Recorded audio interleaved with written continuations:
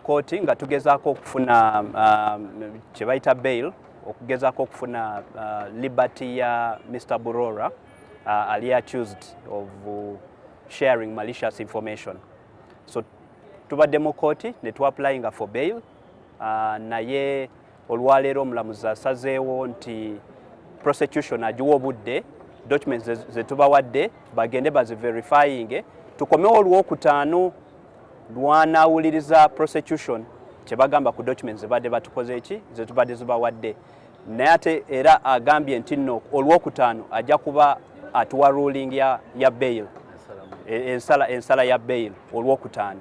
So ndowooza ffenna tubeere bagumu, tulinde olwokutaano tuwulirize prosecution kyegenda okugamba, tulinde omulamuzi kyanaasalawo ku bail.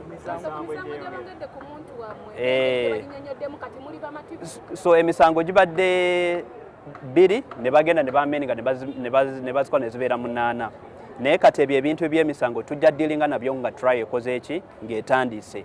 Kati ekikulu nnyo Mr. Burora yeetaaga bail nga bwe tubadde tugamba nti bail constitutional right, omuntu omulekuulira nga mukyakola investigations kintu kya ssemateeka, so kintu kinene nnyo nti nno buli omuntu lwajja mu kooti kooti ensuring that emuwaki emuwa bail, naye katulinde olwokutaano tulinde nga omulamuzi bw'anaasalawo.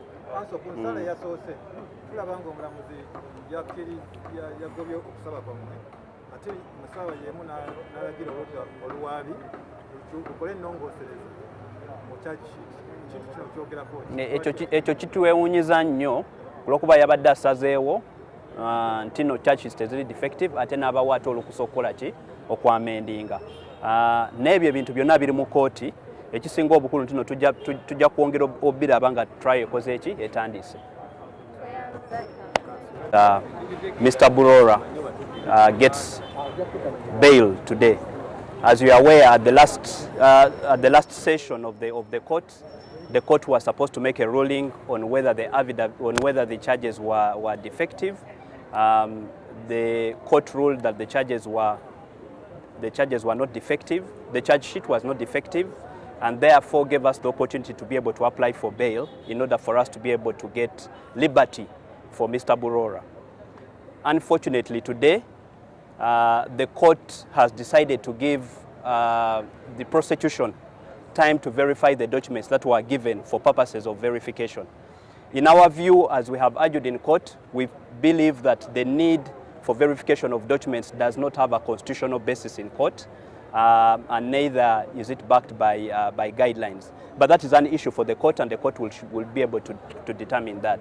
I think what is important today is that the court, we will again appear in court on Friday, 19th, to hear the state's response on the documents we have submitted for purposes of getting Mr. Burora get bail today.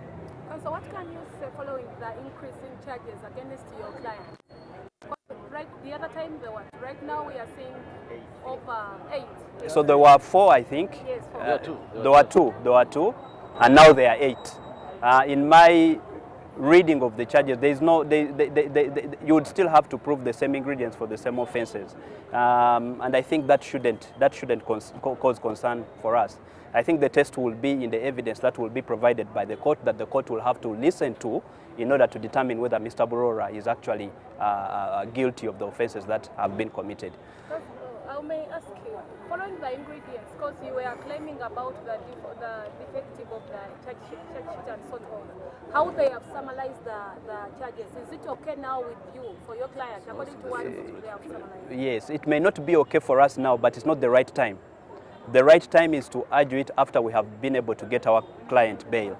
So some of those issues shall be dealt with during the trial. I'm sorry. Muluganda.